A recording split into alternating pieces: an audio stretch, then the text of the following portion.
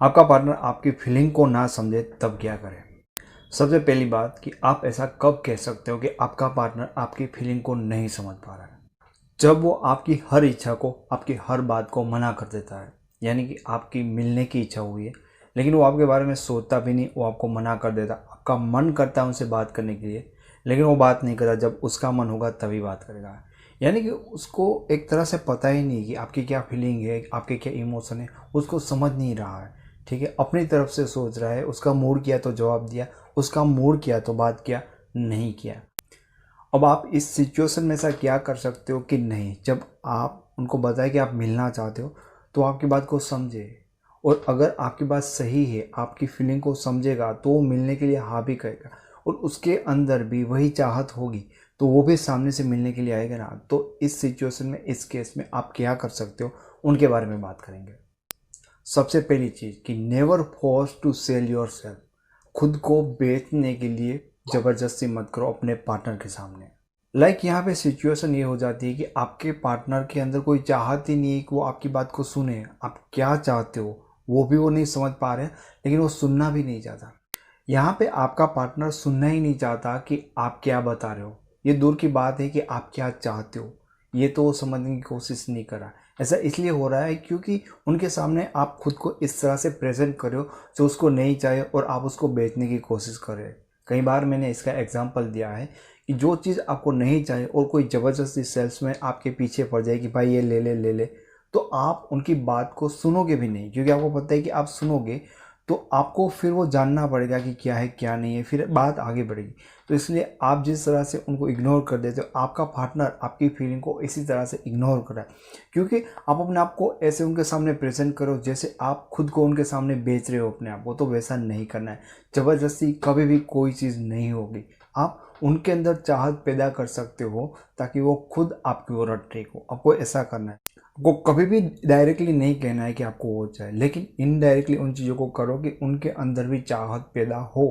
मैं आपको एग्जांपल देता हूँ कि आप ऐसा किस तरह से कर रहे होते हैं। बार बार आपको पता है कि उन्होंने पहले भी आपको मना किया है कि वो कॉल पे बात नहीं करेगा, आपको पता होता है, फिर भी आप उनको पूछते हो मिलने के लिए। आपको पता है कि उनका आंसर क्या होगा, फिर भी वही बात आप रिपीट करते हो। तो रिपीटेशन रिपीटेशन और रिपीटेशन से लोग इरिटेट होते हैं।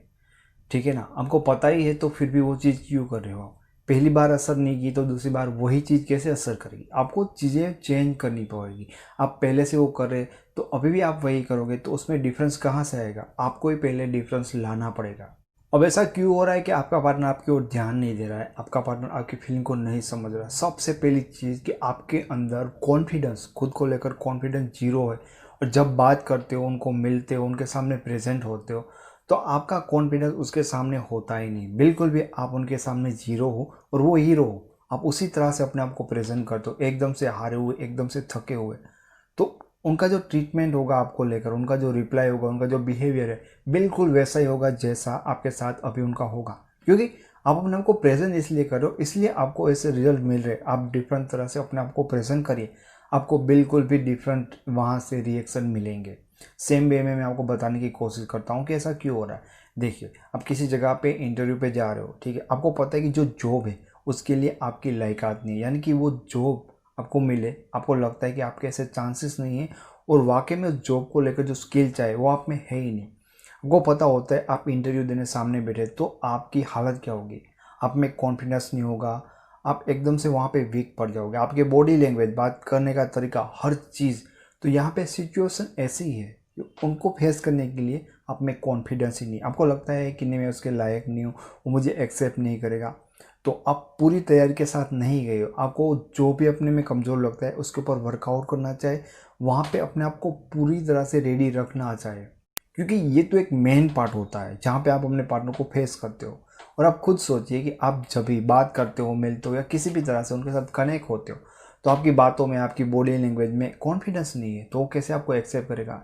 जब उनको लगेगा कि नहीं, इस बंदे में या इस बंदी में है कुछ, मुझे इसके साथ रिलेशन बनाना चाहिए, ये मुझसे भी कुछ स्मार्ट है, बेटर है, तभी वो आपके साथ रिलेशन बनाएगा। लेकिन कॉन्फिडेंस नहीं होगा तो उसको लगेगा कि ये बहुत ही सब स्टैंडर्ड है, मेरे इसको साथ रिलेशन क्यों बनाऊँ, कोई आपके साथ क्यों बनाएगा? तो कॉन्फिडेंस आप में बिल्ड होना चाहिए उनके सामने जाने के लिए। तो इसके लिए ज़रूरी है कि आप भी अपने आप को कुछ समझे कि ऐसा नहीं है कि मुझे इसकी ज़रूरत है, और जब आप ऐसा शो करते हो कि मुझे तेरी ज़रूरत है, तुझे नहीं है, तो वो बंदा कभी कन्विंस नहीं होगा आपसे। पहले मैंने आपको बताया कि खुद को आपको बेचना नहीं, ऐसे बिहेव नहीं करना। दूसरी चीज़ मैंने कही कि आप में कॉन्फिडेंस होना चाहिए। लो कॉन्फिडेंस के साथ आप उस बंदे को कन्विंस नहीं करते। तीसरी चीज़ जो मैं आपको बताना हूँ कि सारे जड़ यहीं पे है। ये रीज़न ऐसा ही हो रहा है कि आप में कॉन्फिडेंस नहीं हो रहा है, आपको अपने आप को बेचना पड़ रहा है। हालांकि यहाँ पे इक्वल होता तो दोनों को ज़रूरत होती है, लेकिन यहाँ पे ये चीज़ होगी कि उनको नहीं है, आपको ज़रूरत है। इन सारी प्रॉब्लम का जड़ क्या है? सारी प्रॉब्लम का जड़ ये है कि आप अपने आप को अधूरा फील करते हो, आप अपने आप को इनकम्प्लीट महसूस करते हो और वहाँ पे दिखता है। ठीक है, आप उनके सामने प्रेजेंट होते तो ऐसा लगता है कि आप अपनी लाइफ में खुश नहीं हो, आप अपनी लाइफ से सेटिस्फाइड नहीं हो। यही एक रीज़न होता है दोस्तों कि जब आप लोगों के सामने प्रेजेंट होते हो तो आप अपनी लाइफ में खुश हो, आप अपनी लाइफ में हैप्पी हो, आपके चेहरे पे प्यारी सी स्माइल होती है। ये सारी साइन आपके सामने वाले इंसान के ऊपर जाती है कि नहीं, ये बंदा अपनी लाइफ में खुश है, सेटिस्फाइड है, तभी ये चीज़ उसमें आएगी, उसमें कॉन्फिडेंस होगा। क्यों कॉन्फिडेंस होगा? कि मैं अपने आप से खुश हूँ, मैं अपनी लाइफ से खुश हूँ, मैं जो कुछ भी अपनी लाइफ में कर रहा हूँ सही कर रहा हूँ, बराबर कर रहा हूँ। क्योंकि तभी उस इंसान में एक सेटिस्फिकेशन आएगा। जब उनमें एक स्किल होगी, जब उनमें कॉन्फिडेंस होगा, तभी उसकी लाइफ में वो झलक दिखेगी। अब आप उनके सामने ऐसे प्रेजेंट होते कि यार मेरी लाइफ की तो जंग लगी हुई है, मेरी लाइफ में कुछ नहीं है, कोई प्यार नहीं करता, कोई पसंद नहीं करता, तू मेरी लाइफ में आ जाए, शायद मेरी लाइफ कुछ सही हो जाए। इस तरह से नहीं होगा। जब आप सामने वाले को इस तरह से प्रेजेंट करते हो कि मेरी लाइफ तो इनकम्प्लीट है, इसलिए तू मेरी लाइफ में आ जा और मेरी लाइफ को कंप्लीट बना दे, ये बिल्कुल भी रॉन्ग तरीका। आपको उनके सामने ऐसे प्रेजेंट करना है कि देख मेरी लाइफ बहुत अच्छी, मैं अपनी लाइफ में खुश हूँ, अगर तुझे मैं चांस देता हूँ, तू मेरी लाइफ में आता है तो तेरी लाइफ भी कुछ अच्छी बन सकती है।